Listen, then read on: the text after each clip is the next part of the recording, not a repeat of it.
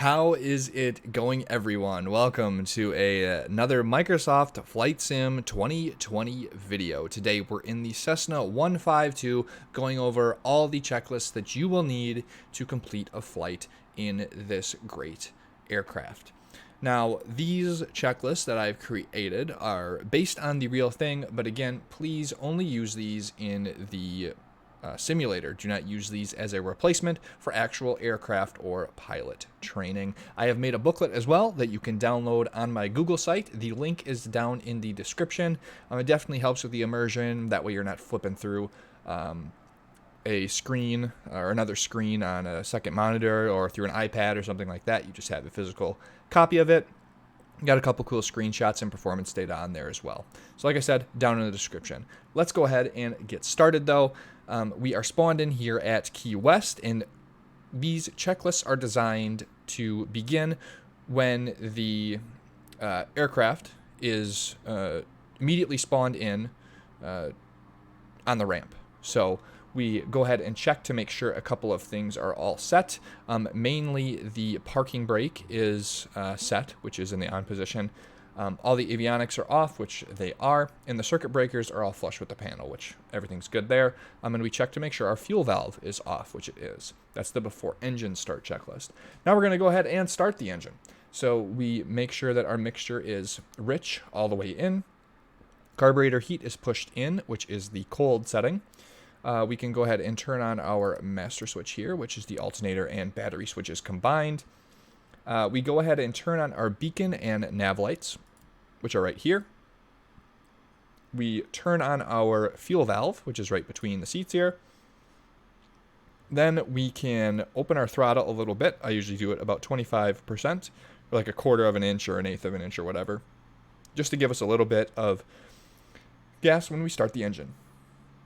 We go ahead and check again to make sure our parking brake is on, which it indeed is. We can prime the engine if it was cold out, and we could do that. Some cool sound effects with that primer. We're going to do it anyway, just to show you guys what it's like. Check the propeller area. We're all clear. Those guys over there are out of the way. Not going to be interfering with us today.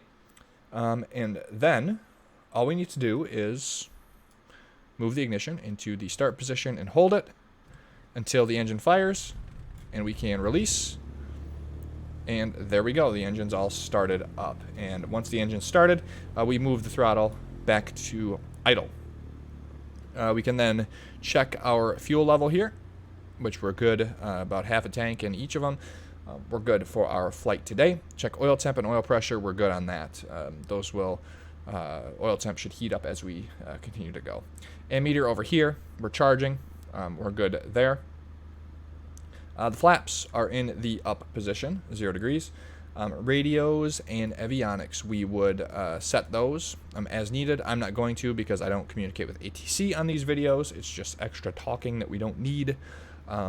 Move the transponder to the standby position, which is good there. That completes engine start checklist. Now we move to the taxi checklist. So we would request our taxi clearance. We would shut off our parking brake once we are approved, and we turn on our taxi lights.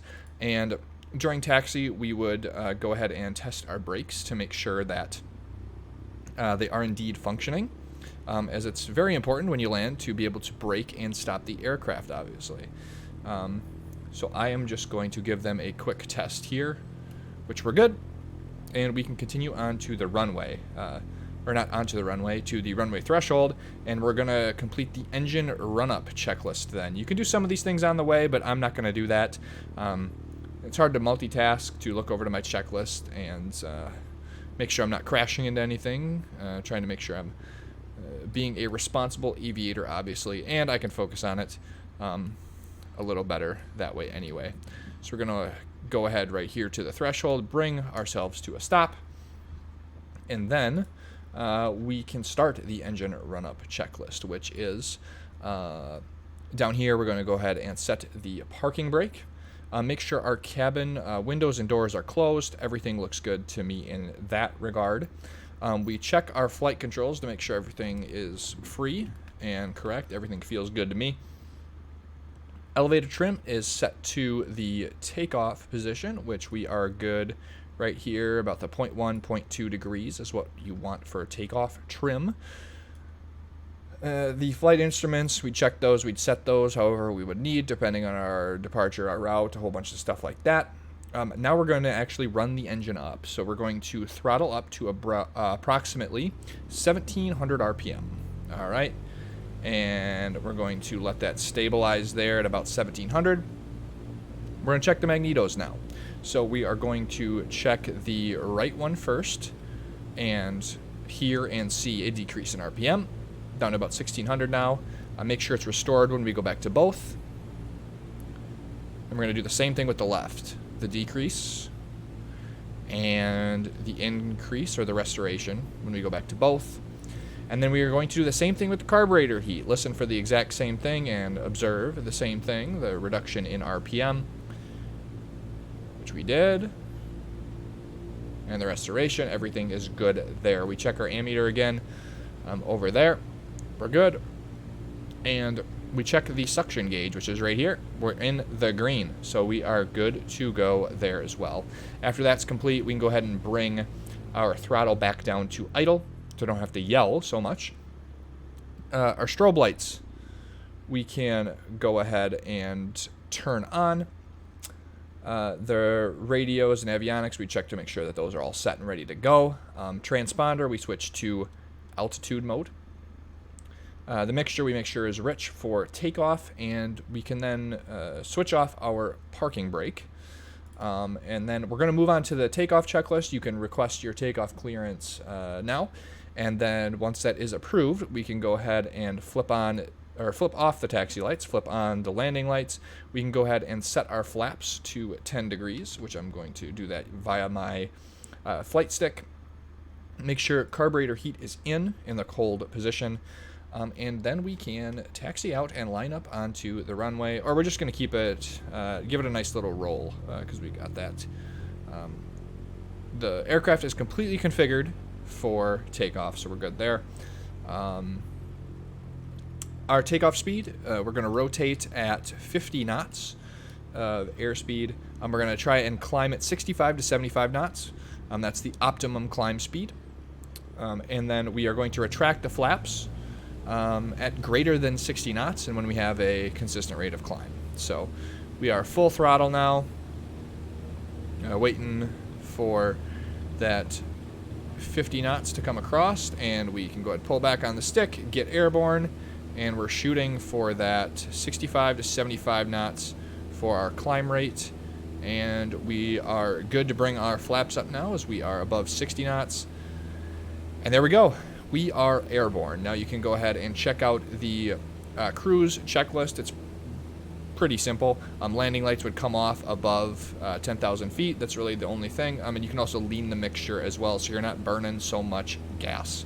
Get you a little bit farther. But I'm going to get us lined up for the approach, so I'm going to go ahead and catch up with you guys in a minute. Alrighty, so we are back getting lined up here for our final approach. You can go ahead and check out the descent checklist. Basically all that is you adjust power, the mixture, and the carburetor heat as required to bring yourself down to the approach. Overshot it a little bit, but we're going to go ahead and get back on course here. Landing checklist is, again, you can use the mixture as required and flaps as desired. I'm going to go ahead and give us just 10 degrees of flaps. We got a pretty long runway here. Nothing too scary about this landing. Like, I don't know if I mentioned this before in the video, but we've got short field landings and takeoffs as well. I'm not going to do a separate video for those. They're pretty straightforward. I did a separate video for the Icon because that is a very unique aircraft, as you probably have seen if you happen to have flown that aircraft in the sim. So for our final approach airspeed, flaps 0 would be about 60 to 70, and flaps 30 would be 55 to 65. We're going to aim for that 60 knots mark. We're coming in a little hot here, but like I said, we've got a very long runway, so not too much concern if we float it a little bit. Try to reduce power. Let's kind of hover above, tend to bleed some speed here. Move our throttle back to idle, and we can just kind of coast down to a very nice landing just right of the center line. And we can go ahead and find a taxiway to pull off the runway onto. And then once we get past the runway threshold, we're going to go ahead and do the after landing checklist and configure our aircraft. So once we get to our parking location, we can do the shutdown and secure the aircraft. So let's go ahead and a busy aircraft here in Key West, down in Florida today. But here we are at the runway threshold, so we can go ahead and bring the aircraft to a stop. We can go ahead and then retract our flaps to the 0 degrees. Carburetor heat should be pushed in, which it was on the landing. Transponder can go to standby, which is the first click to the right from the off position. Then we can shut off our landing lights, turn on the taxi lights, and shut off the strobe lights as we are away from the runway, or leaving the runway. That completes the after landing checklist. So let's go ahead and I think, yeah, we have a little space over here, so we don't have to go too far. Normally you taxi to whatever parking area is assigned, but we're going to go ahead and... So we've got a little help here, and we've got a nice truck of fuel for us if we were needing that. So let's bring ourselves to a stop. Go to idle. Set our parking brake as part of the first thing of the shutdown checklist. We can go ahead and shut off all of our lights here, which is the taxi lights, the beacon lights, the nav lights. We would shut off all of our radios and electrical, which everything looks good here currently. Transponder, we would switch to off. The magnetos, we check to make sure they're both. There's no reason they shouldn't be. Throttle, we increase actually to 1200 RPM to make sure that we burn enough of all of the fuel out of the engine during the shutdown procedure when we cut off the mixture. Cut off the fuel flow. So that's what we're going to do next. We go ahead and do the mixture to the cut position, cut off, and you're going to hear some cool sound effects and some nice visual effects as well when that engine comes to a stop. We can go ahead and check our fuel level here, our fuel quantity. We're good for any other flight that we'd want to do in the future, of course. Nice little pattern today, that's all we did. Fuel valve, we come down here and we move that to off, which will be ready for the next flight. And we can go ahead and move our ignition switch to the off position as well. Then we switch the master switch off. And we do the alternator first and then the battery, as that's going to indicate to the sim that we are done with our flight, and we can have that logged on Microsoft Flight Sim 2020's flight log.